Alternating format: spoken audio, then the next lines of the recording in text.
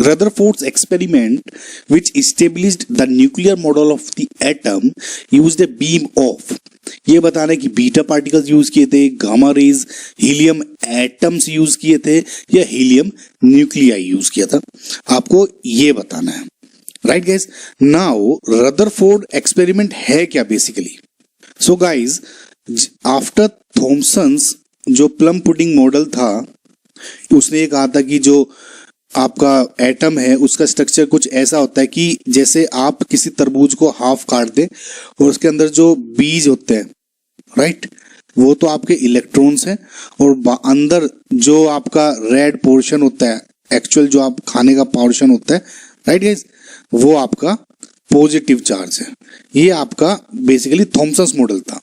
अब इसको आगे देखने के लिए कि ये करेक्ट है या नहीं है, रदरफोर्ड ने अपनी टीम के साथ एक्सपेरिमेंट किए थे।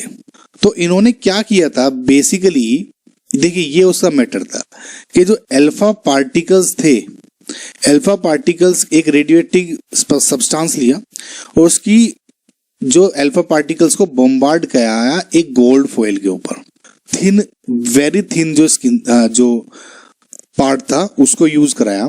तो उसने क्या देखा कि जो लगभग 99 जो परसेंट जो अल्फा पार्टिकल्स थे, वे जो शीट थी इसको, वो सीधे के सीधे निकल गए अंदर, राइट, और जो बाकी के 1% हैं वे कंप्राइज करते थे कि उन पार्टिकल से जो या तो डिफ्लेक्ट कर गए, राइट गाइस, या वापस डिफ्लेक्ट होके वापस आ गए, इस तरह से, राइट गाइस। सो लगभग 99 जो पार्टिसिपेंट थे वे थे जो कि उस थिन फॉयल को पार कर चुके थे। सो इससे जो रदरफोर्ड ने ये सोचा कि there must be a large amount of empty space inside a nuclear जो एटम है। मतलब कि जैसे उसने कहा कि अगर मेरा एक जो न्यूक्लियस है उससे टकराता है तो मेरा जो इलेक्ट्रॉन है या सॉरी अल्फा पार्टिकल्स हैं वे डिफ्लेक्ट हो जा रहे हैं, या तो इस तरह से या वापस चले गए।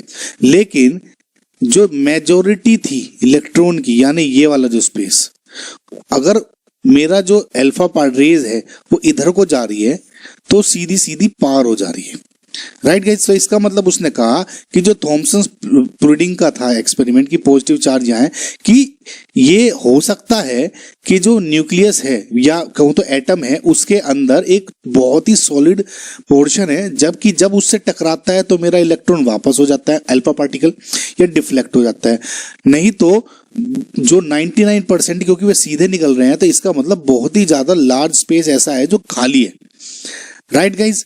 तो ये था बेसिकली रदरफोर्ड एक्सपेरिमेंट, राइट। इसको आप इस तरह से भी देख सकते हैं कि अल्फा पार्टिकल्स आए, पॉजिटिवली चार्ज पार्टिकल्स होते हैं, और ये जब भी न्यूक्लियस के पास आ रहे हैं तो रिफ्लेक्ट हो रहे हैं, डिफ्लेक्ट हो जाते हैं, थोड़े से बहुत ही कम है जो वापस आ रहे हैं, लेकिन जो मेजोरिटी है वो गो थ्रू हो जा रही है, राइट गाइस। तो इसका मतलब ये जो मैंने आपको बताया।